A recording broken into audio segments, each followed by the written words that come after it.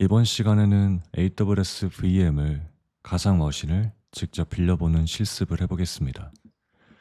실습을 진행하기 전에 반드시 리전이 서울로 선택되어 있는지 먼저 확인을 해주셔야 됩니다. 이걸 제대로 확인하지 않으면 나중에 예를 들어 버지니아 같은 곳이 선택이 되어 있었다. 그리고 여기서 가상 머신을 만들게 되면은 나중에 리전을 바꿨을 때 그 전에 만들었던 가상 머신들이 보이지 않게 됩니다. 그러면 켜두고 가상 머신을 종료하지 않을 수 있겠죠. 보이지가 않으니까요. 그러면 그게 그대로 요금으로 부과될 수 있기 때문에 반드시 리전을 서울로 잘 맞춰서 진행을 해주시기 바랍니다. 그럼 이제 왼쪽 위에 있는 검색창에다가 EC2라고 검색을 해서 클릭해서 들어가 줍니다. 그러면 이러한 화면이 보이게 되는데 앞으로 상당히 많이 보게 될 화면입니다. AWS 인터페이스가 좀 복잡해 보이기 때문에 처음에는 상당히 난해하고 어려울 거예요. 그래서 하나하나 좀 자주 만져보면서 익숙해지는 시간이 반드시 필요합니다. 하다 보면은 이제 점점 익숙해지고 쉬워질 거거든요. 근데 그 전까지는 이 뭐 오토 스케일링 그룹이 뭔지, 캐패시티 레저베이션이 뭔지 이런 거를 전혀 알 턱이 없으니까 막 너무 어렵다 생각하지 마시고 사용하는 것만 따라서 천천히 배워보시기 바랍니다. 그럼 EC2가 뭐냐? EC2는 간단히 말해서 AWS의 가상 머신을 대여해주는 서비스를 뜻합니다. 약자가 뭐냐면 아마존 엘라스틱 컴퓨트 클라우드입니다. 예전부터 아마존에서는 AWS에서는 이 엘라스틱이라는 단어를 좀 즐겨서 사용을 했기 때문에 여기저기 엘라스틱이란 단어가 막 숨겨져 있습니다. 근데 좀 요즘에는 좀 덜 쓰는 것 같기도 하고요. 좀 옛날에 유행하던 그런 단어고 탄력적이다라는 뜻을 가지고 있습니다. 탄력적이라는 게 이제 원할 때 빌리고 더 원하면 더 빌리고 필요 없으면은 다시 돌려주고 이런 식으로 유연하게 빌리고 반납할 수 있다. 뭐 이런 의미로 생각을 해주시면 됩니다. 실제로 이 아마존의 가상 머신을 빌려주는 EC2 역시 유연하게 언제든지 빌리고 다시 반납할 수 있죠. 요금도 초단위고. 그래서 EC2라고 봐주시면 되고요. 이제 런치 인스턴스 버튼이 있는데 이거를 눌러가지고 가상 머신을 빌릴 수가 있습니다. 가상 머신을 이제 뭐 VM이라고도 부르고 Virtual Machine, 또 AWS에서는 인스턴스라고도 부른다고 했었죠. 저희가 인스턴스 타입에 대해서 배울 때. 먼저 이제 가상 머신의 이름을 그냥 간단하게 VM1이라고 해줄게요.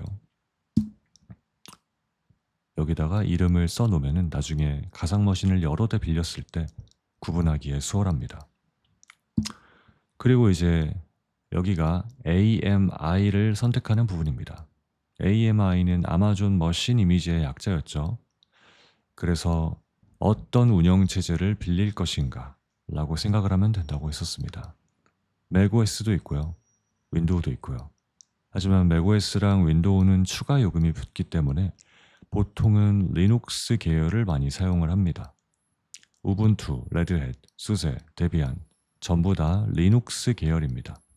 서버 쪽에서는 리눅스를 상당히 많이 사용한다고 했었죠. 거의 70에서 80%. 심지어 세계 500대 슈퍼컴퓨터는 전부 리눅스 기반이라고 했었습니다. 그런데 저희는 아마존 리눅스를 사용하기로 했었고 딱 첫 번째 자리에 위치하고 있는 걸 볼 수 있죠. 이제 AWS에서 사용하는 유틸리티들 같은 것들이 미리 설치가 되어 있기 때문에 사용하기 편하고 최적화가 되어 있습니다. 그래서 저희는 아마존 리눅스 2023을 사용할 거고요. 그리고 이제 이거는 잠깐 조금만 이따 볼게요. 이제 인스턴스 타입도 저희가 배웠었죠. 이제 앞에 T가 붙으면 버스터블 인스턴스를 뜻하는 거였죠. 기본 성능이 낮은 대신에 이제 성능이 더 필요할 때 갑자기 업그레이드를 해주는. 그래서 잠깐 동안 업그레이드가 되면 좋은데 계속해서 업그레이드를 해야 되는 상황, 계속해서 고성능을 사용해야 되는 상황에선 추가 요금이 발생하기 때문에 저희처럼 이제 실습을 해서 성능을 많이 필요하지 않거나 하는 경우에 저렴하게 사용할 수 있어서 좋다고 했었습니다. 근데 이제 T3가 아니라 더 이렇게 내려가 보시면은 검색을 할게요. 검색을 했을 때 T4라고 하면은 이렇게 T4G, 나노, 마이크로 등이 나옵니다. T4세대, 버스터블 4세대에 G가 들어가니까 그라비톤, AWS의 자체 칩을 사용하는 그런 인스턴스였고, 마이크로니까 조그마한 거겠죠. 나노 다음으로 작은 게 마이크로니까. 근데 지금 보면은 사용할 수 없다고 나옵니다. 이제 여기서 헷갈릴 수 있는 거죠. 오른쪽에 뭐 아키텍처가 다르다라고 하고 있는데, 아키텍처는 이제 여기서 변경할 수 있거든요. X86은 인텔이나 AMD 칩을 뜻합니다. 예전에는 사실 인텔하고 AMD 칩으로 전부 다 썼어요. 근데 지금은 이 ARM 칩, 이 상당히 서버 쪽에서도 많이 사용이 되고 있습니다. 뭐 구글의 TPU라든지, 그리고 애플의 M칩, 이런 것들도 전부 ARM이죠. 그래서 ARM을 선택해 주셔야 T4를 사용할 수 있습니다. T4가 ARM 계열이거든요. AWS의 자체 칩이. 그래서 이렇게 두 개를 같이 맞춰주시면 되고, AMI는 그냥 아마존 리눅스 그대로 가져가겠습니다. 키페어 같은 경우는 여기 있는 거 그대로 사용 안 하겠다로 진행을 하겠습니다. 자, 그 다음에 이제 네트워크 세팅이라고 있는데, 일단 지금은 건드리지 않을게요.